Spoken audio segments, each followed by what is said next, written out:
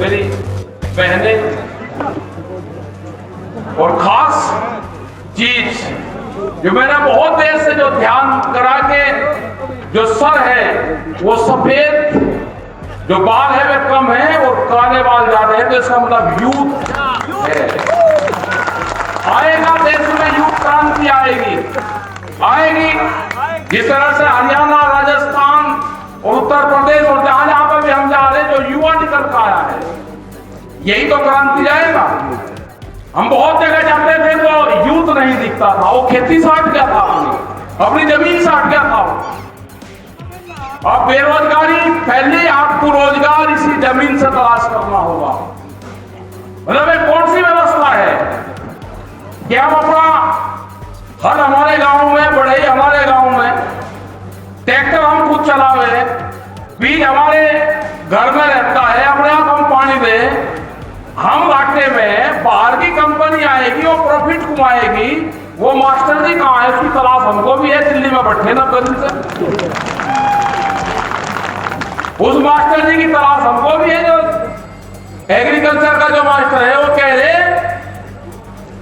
कि आमदनी होगी, आप ठेके पर दे दो जमीन। ये देश में नया व्यापार शुरू होगा पूरी दुनिया में। उन्होंने गाड़ियों का व्यापार कर लिया, ट्रैक्टरों का कर लिया, कारों का कर लिया, मोबाइल कर लिया, आईटी सेक्टर का कर लिया, कपड़ों का कर लिया, फैशन का कर लिया। उन्होंने कहा भी फिर इसका क्या करें, कह लेगा जी एक व्यापार है ना भूख। ऐसा व्यापार पकड़ लिया कि आदमी, उनके सर्वे हुए,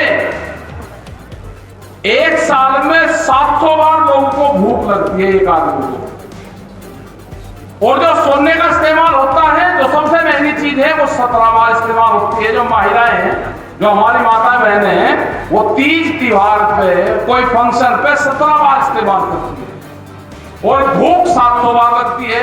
तो उन्होंने कहा कि सोना तो करो बंद, भूख पे व्यापार करो, अनाज को करो तिजोरी में बंद, रोटी ताले के अंदर बंद करो, अनाज ताले के अंदर बंद करो।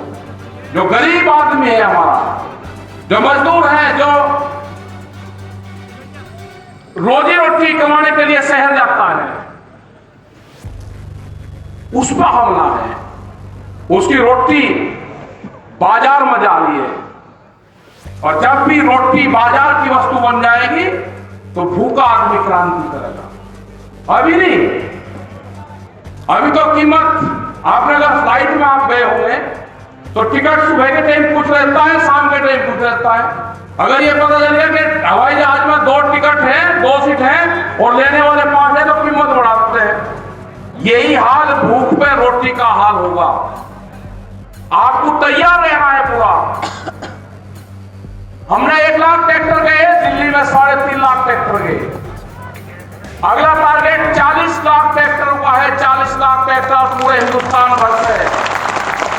और ये होंगे, आप देखे होंगे, खबरें पढ़ी होंगी पूरी दुनिया में।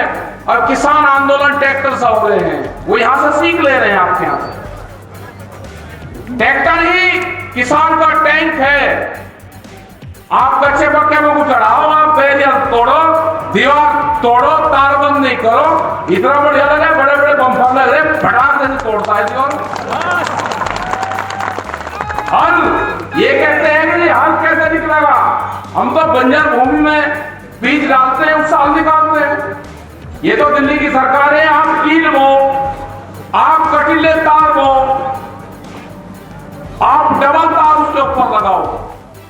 वो इलाज है हमारे पास में, जो डबल तार लगा रखे हैं। ये कह रहे हैं हमने कटीले तार लगा दिए, हमारे पास में कम्बल है, 2 रिजाई घेरी, वे कटीले तार बाहर नीचे, हमारे पास में इलाज है। सब इलाज है इस किसान के पास में। कटीले तार के ऊपर 2 रिजाई घेर दो, तार नीचे, आदमी ऊपर।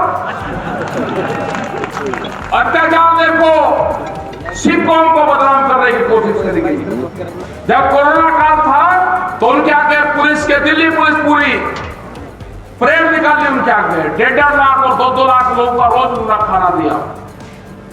और अत्याचार 28 तारीख की रात को हमने कहा कि जो जवान है ये तो हमारे ही परिवार से है, आप लाठियां भी चलाओगे, हम इनको खाना भी देंगे।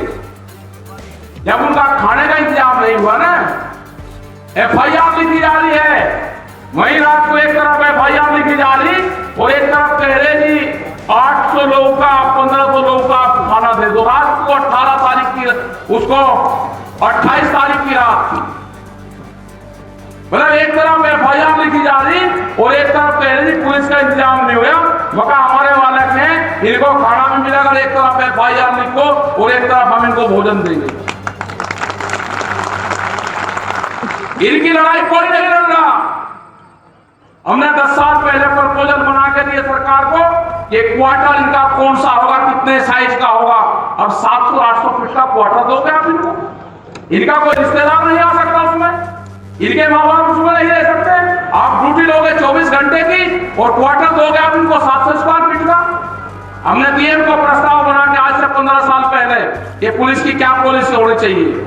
उनका क्वार्टर का साइज 1500 से नीचे का क्वार्टर का साइज नहीं होना चाहिए। उससे आप ड्यूटी किसी भी कोने में आप ले लो, 800 किलोमीटर ड्यूटी लो से, लेकिन उसके बच्चों का जिम्मेदारी तो आप लोगे। उसके माँ बाप वहां पे रह जाए, उसकी जिम्मेदारी तो आप लोगे।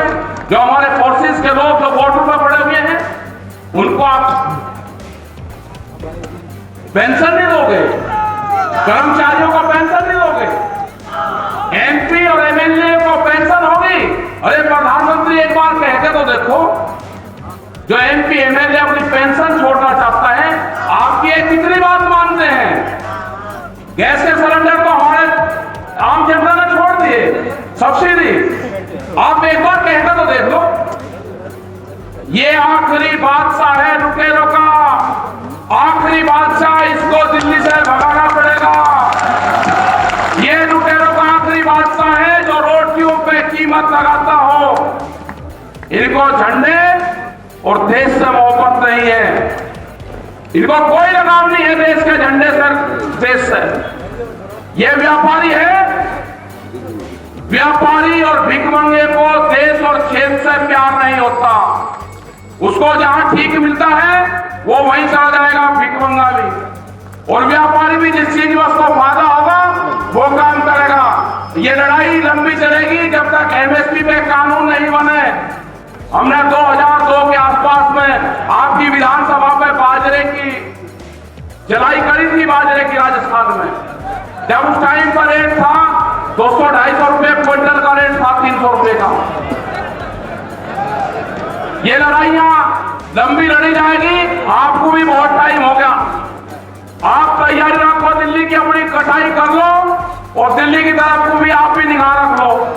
अब ट्रैक्टर से लड़ाई होगी, ट्रैक्टर से दिल्ली की तरफ को अपना सामान बांधा, रोटी ली और अपने गांव की मिट्टी जरूर लेकर आना, क्योंकि जब आप दिल्ली में लड़ाई के लिए जाओगे तो गांव आपके याद जरूर आएगा, आपका फार्म हाउस याद आएगा।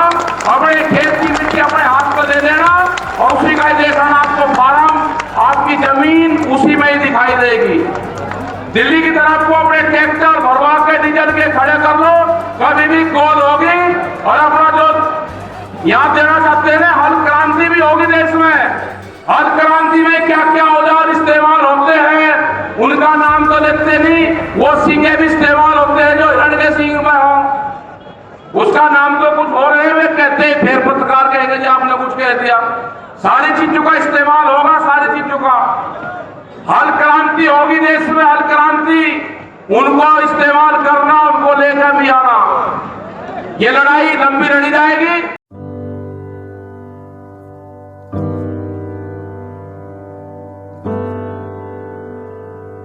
you